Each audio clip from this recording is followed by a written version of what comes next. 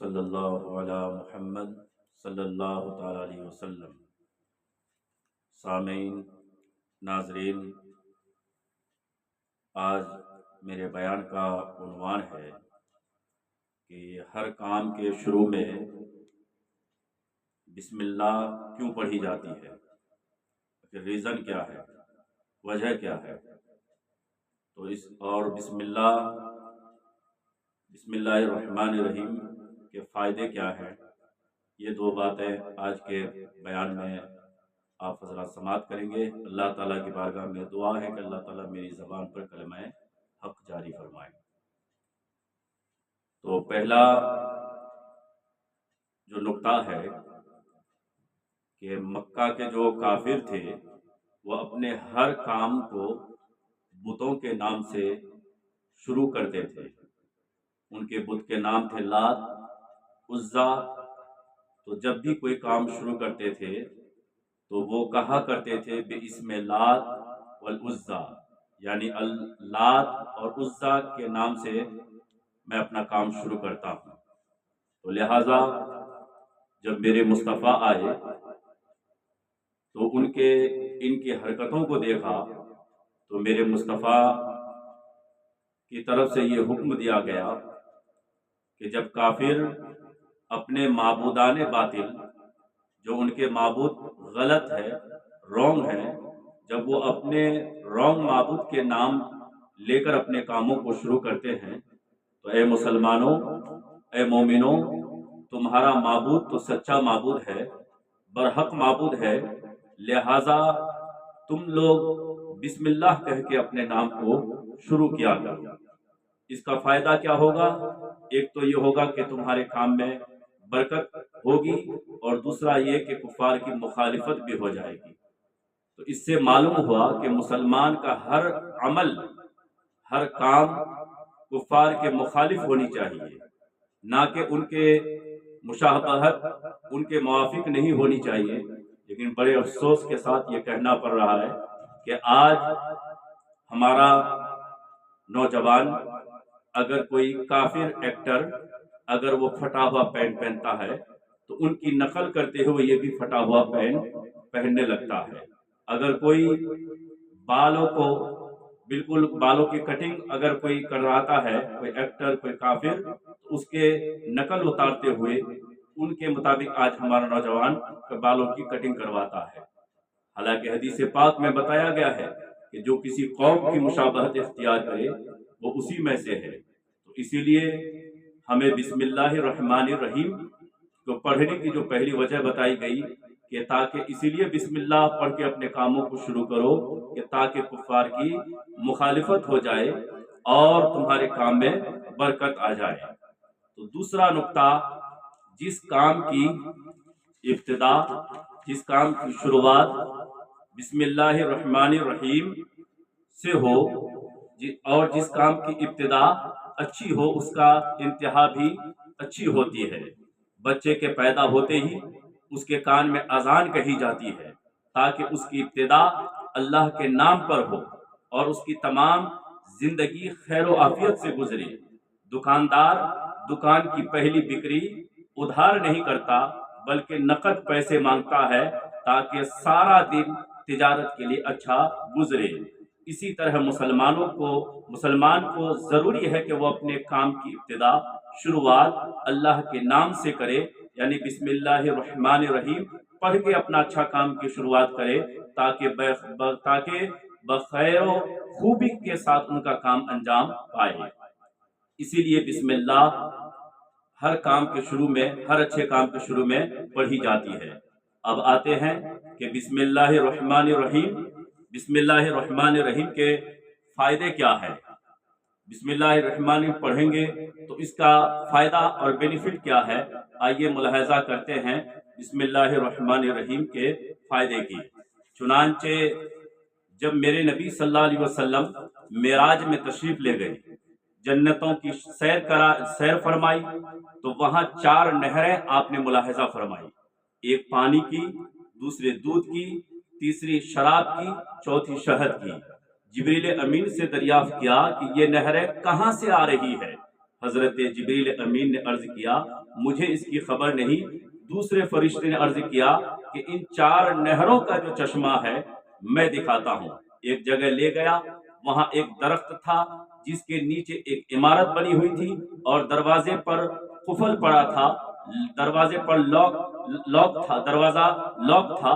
تو چنانچہ اس کے نیچے سے یہ 4 نہریں نکل رہی تھی۔ ارشاد فرمایا کہ دروازہ کھولو تاکہ میں اندر جا کے دیکھوں۔ تو عرض کیا کہ اس کی چابی میرے پاس نہیں ہے، بلکہ اس کی چابی، اس کی جو کی ہے، کنجی ہے، وہ آپ کے پاس ہے۔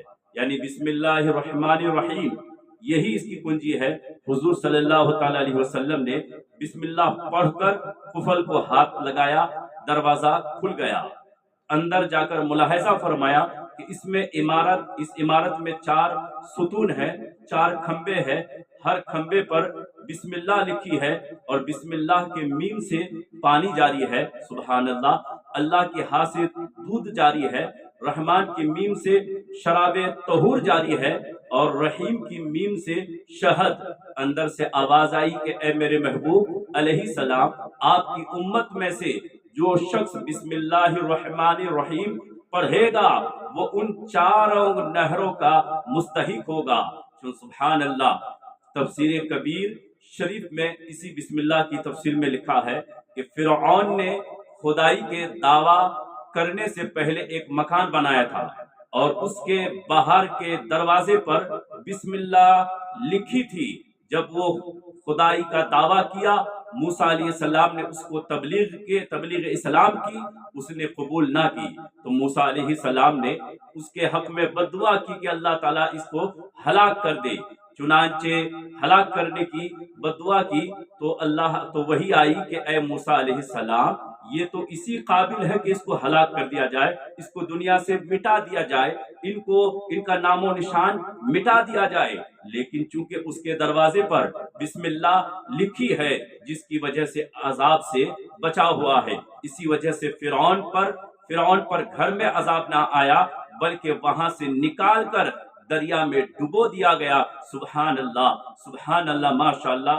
جب ایک کافر کا گھر بسم اللہ کی وجہ سے عذاب سے بچ گیا تو اگر کوئی مسلمان اپنے دل و زبان پر لکھ لے تو کیوں نہ عذاب الہی سے محفوظ رہے، مگر خیال رہے کہ ان الفاظ کی بے ادبی نہ ہونے پائے۔ تو آؤ عزیزان ملت اسلامیہ، اب آپ کو میں بتاؤں کہ بسم اللہ الرحمن الرحیم کے فائدے اور جو ملاحظہ کریں۔ بسم اللہ الرحمن الرحیم کے فائدے کیا ہیں؟ اب میں آپ کے سامنے پیش کرنے جا رہا ہوں کہ حضرت عیسیٰ علیہ السلام ایک مرتبہ ایک قبرستان سے آپ کا گزر ہوا۔ چنانچہ جب آپ ایک قبرستان سے گزر رہے تھے تو چنانچہ حضرت سیدنا عیسیٰ علیہ السلام ایک قبر کے قریب سے گزرے تو جس پہ عذاب ہو رہا تھا۔ کچھ وقفے کے بعد پھر گزرے تو ملاحظہ فرمایا کہ اس کی قبر میں نور ہی نور ہے اور وہاں رحمت الہی کی بارش ہو رہی ہے۔ حضرت عیسیٰ علیہ السلام بہت حیران ہوئے اور بارگاہ الہی میں عرض کیا کہ مجھے اس کا بھید بتایا جائے، راز بتائی جائے کہ آخر وجہ کیا ہے۔ جب میں گیا تھا تو اس صاحب قبر پہ عذاب ہو رہا تھا، چنانچہ اب جب واپسی کے وقت جو ہے ان کی قبر میں نور ہی نور ہے، اللہ کی رحمت کی بارش ہو رہی ہے، آخر وجہ کیا ہے؟